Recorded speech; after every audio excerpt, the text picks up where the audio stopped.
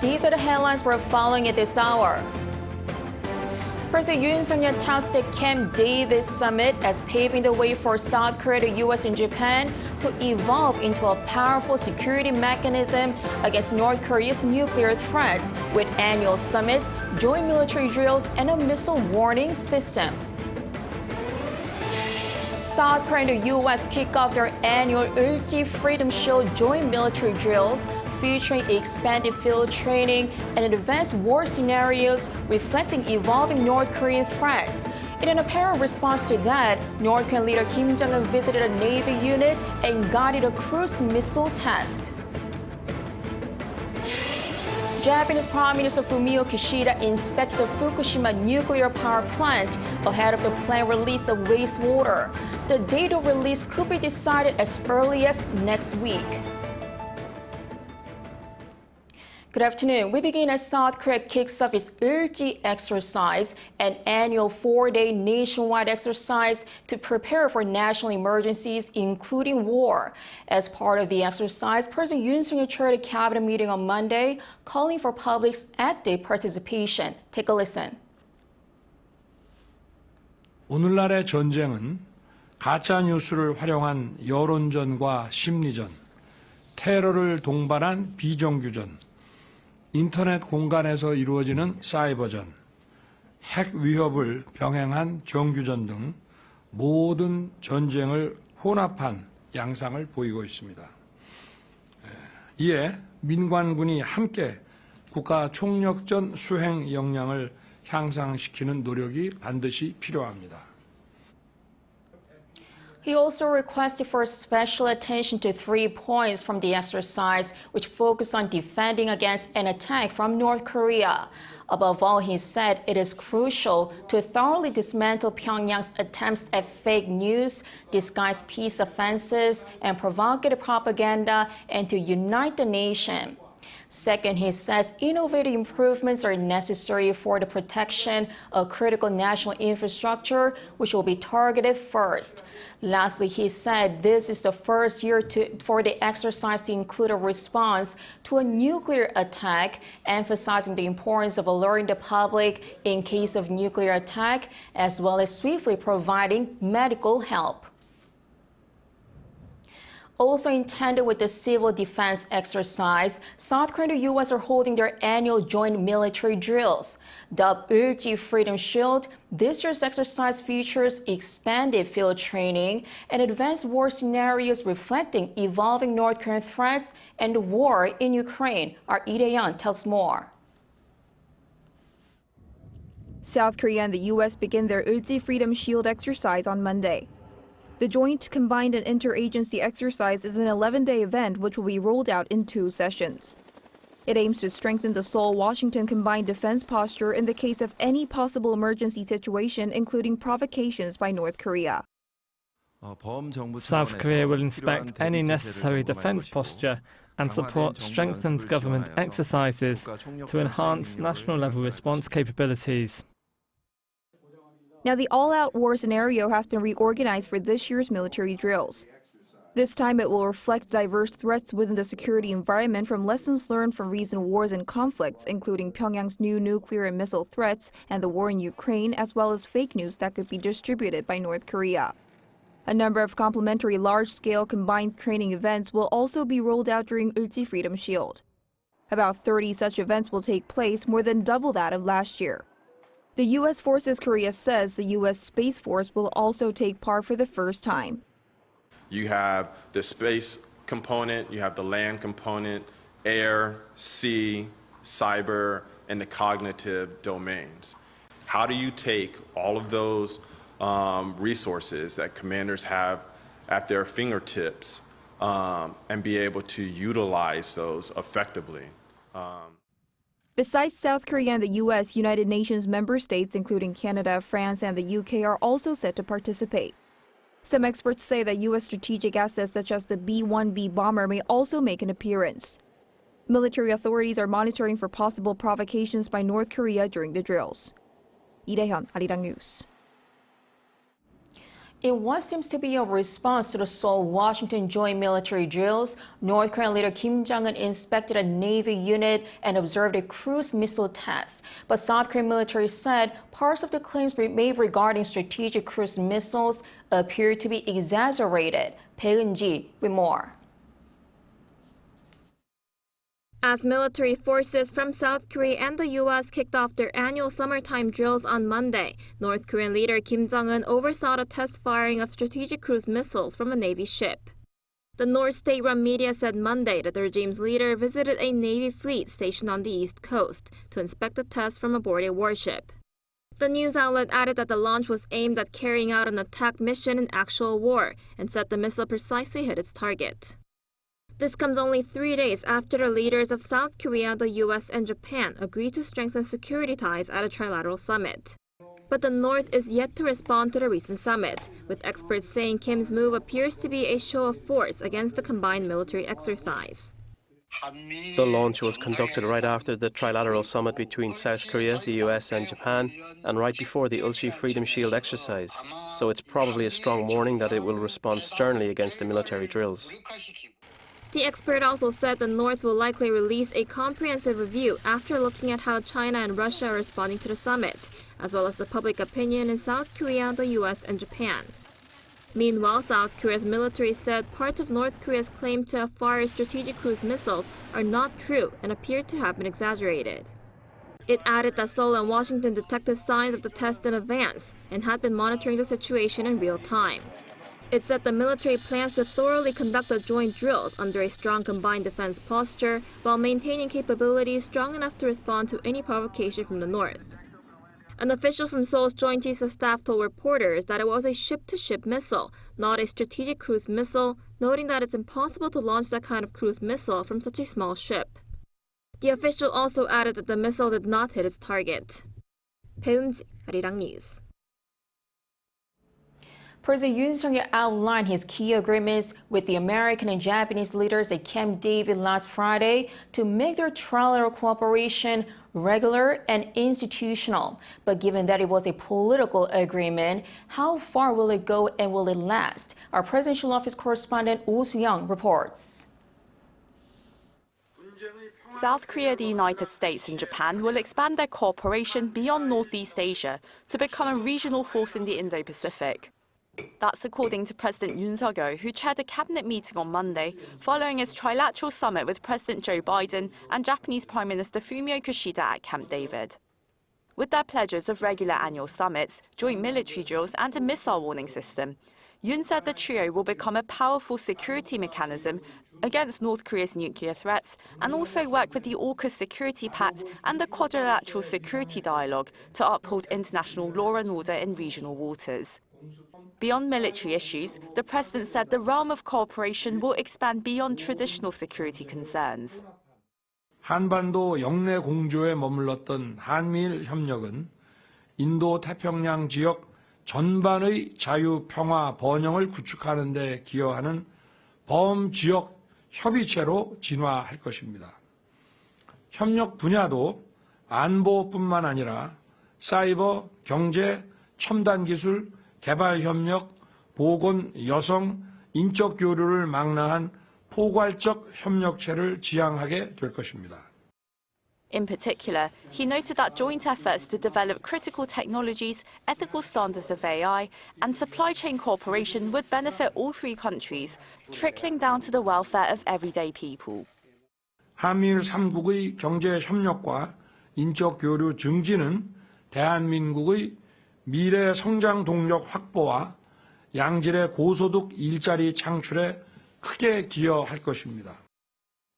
While executive leadership has been crucial, experts say all three democracies face political risks in continuing the trilateral arrangement, given long-standing historical disputes between Seoul and Tokyo and the possible return of former President Donald Trump, who was wary of such alliances. Thus, broader institutionalization is needed to solidify and amplify cooperation moving forward. But there's obviously an important security dimension to this partnership. There's an important economic and trade dimension to this partnership. There's a diplomatic dimension to this partnership. There are so many areas that are going to provide fodder, if you will, for cooperation, coordination among the three countries here, that I think that the legislatures in all three countries, in my view, have a stake, have an interest in participating in this emerging partnership, and I hope they will. The next standalone trilateral summit could take place in Seoul, as Yoon has suggested a meeting in Korea, having met his counterparts in Hiroshima, Japan, and at Camp David this year. 오수영, Arirang News.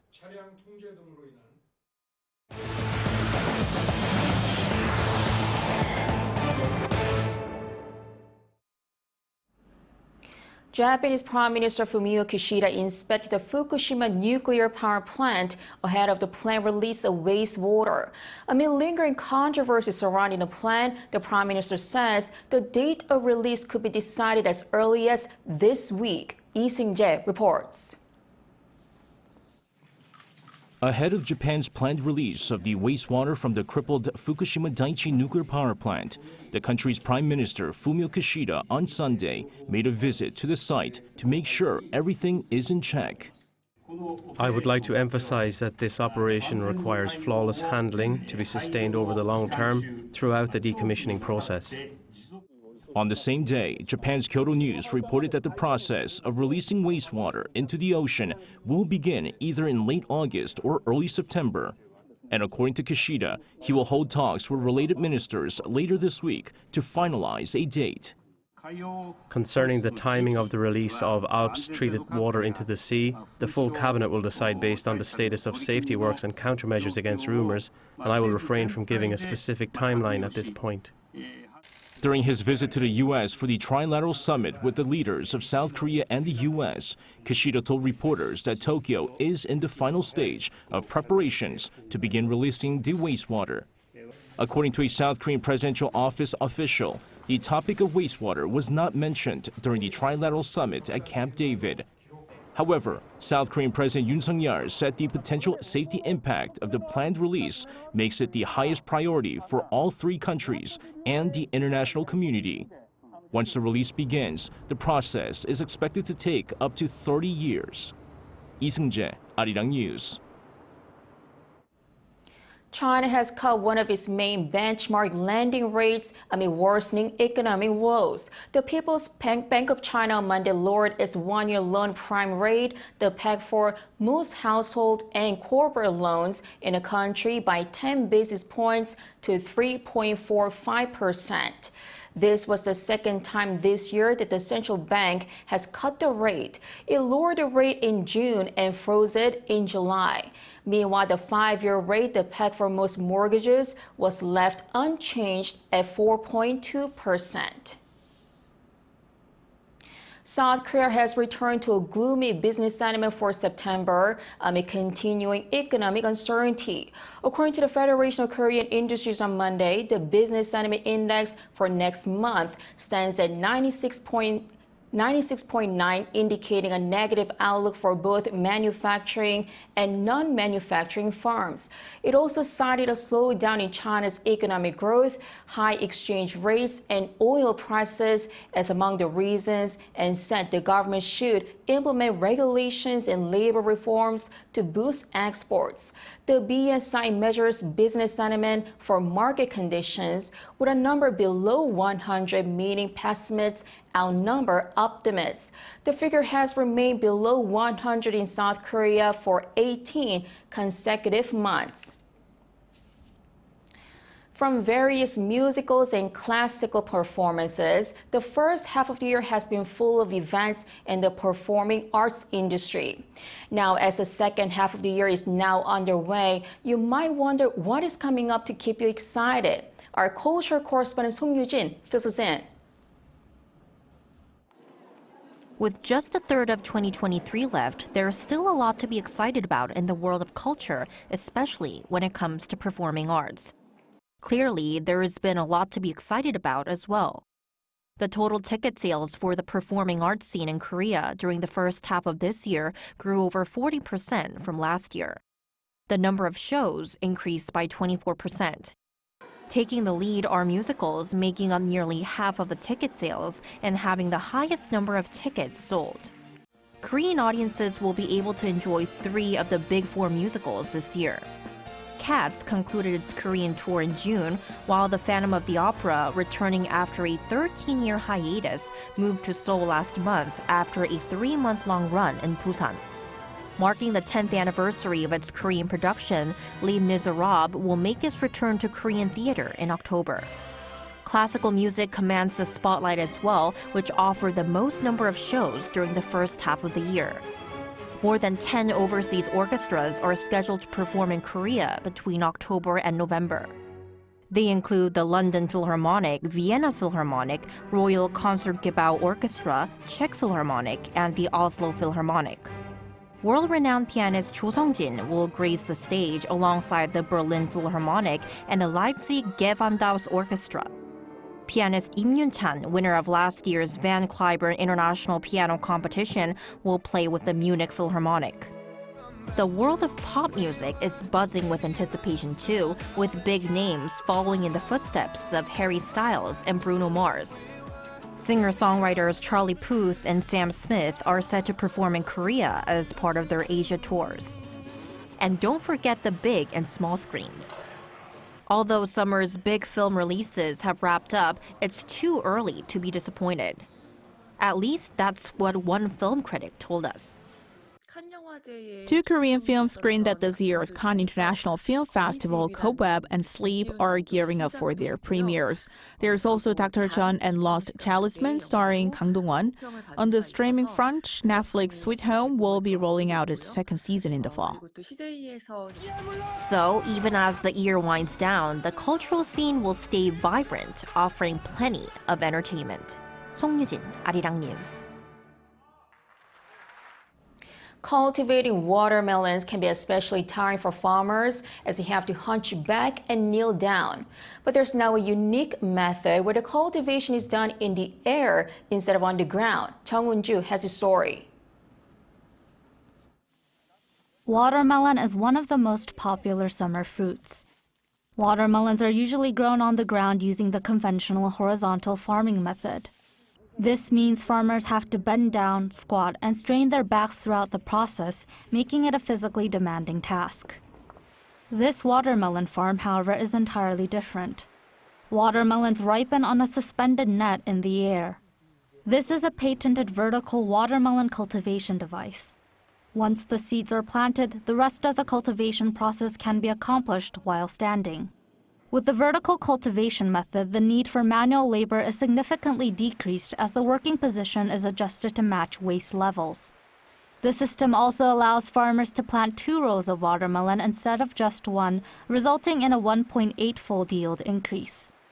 This vertical cultivation technique is also used to grow a type of premium fruit known as the hamiga or hami melon. The RDA provides funding and supports the research and development of technologies that can reduce labour and increase productivity on site as the ageing rural population suffers from a labour shortage. Around 3 years ago, the Rural Development Administration developed and promoted a similar vertical cultivation system for watermelons, fixing plastic nets on the roofs of greenhouses to support the stems and allowing the melons to grow vertically. Chung Won-ju, Arirang News.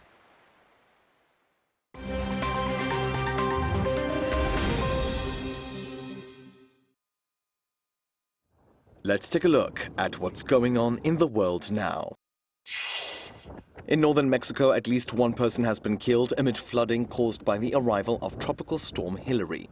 The storm made landfall on Sunday and is moving toward the southwest United States, where preparations are being made for potentially catastrophic flooding.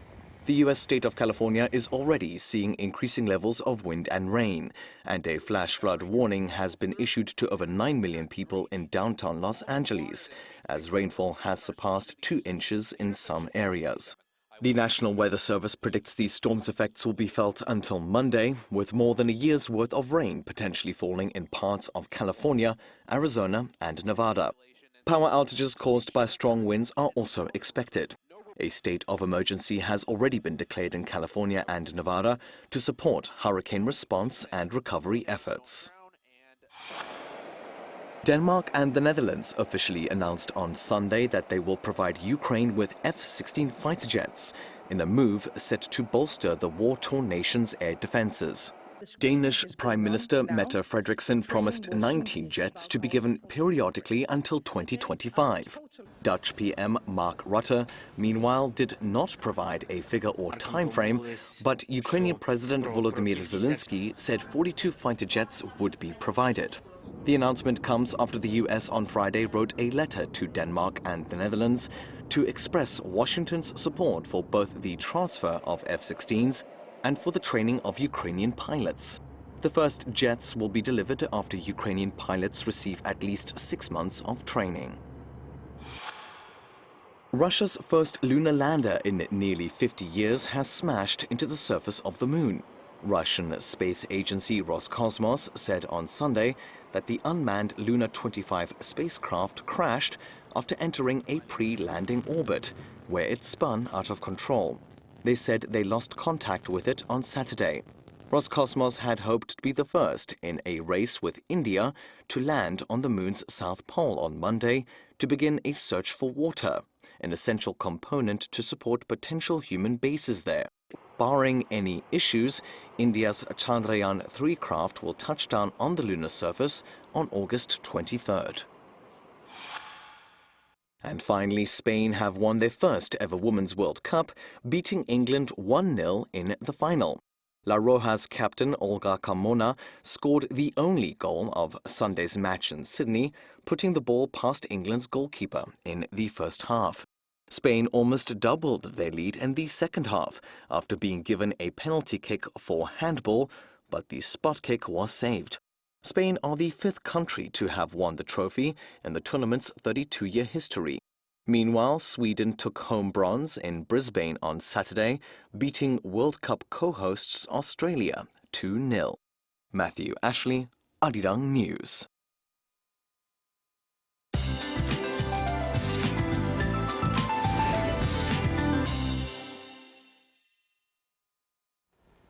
Good afternoon. Late summer heat is showing no sign of easing up. Heat wave alerts were expanded to more parts of the country over the weekend, and feels like temperatures are a couple of degrees higher due to that high humidity. And there will be passing rain of 5 to 60 millimeters during the day today. Central inland areas could see 60 millimeters an hour of heavy downpours. In fact, Seoul could see rain pounding down in the late afternoon right before the evening commute. But the regions that are free from passing rain, like Daegu and Busan, will be under sunny skies with sweltering highs this afternoon.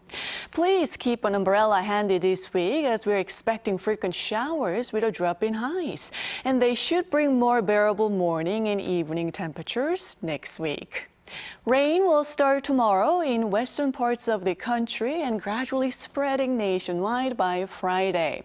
Central regions will be soaked with heavy rainfall this week, so please keep that in mind. That's Korea for you, and here's a look at the international weather conditions.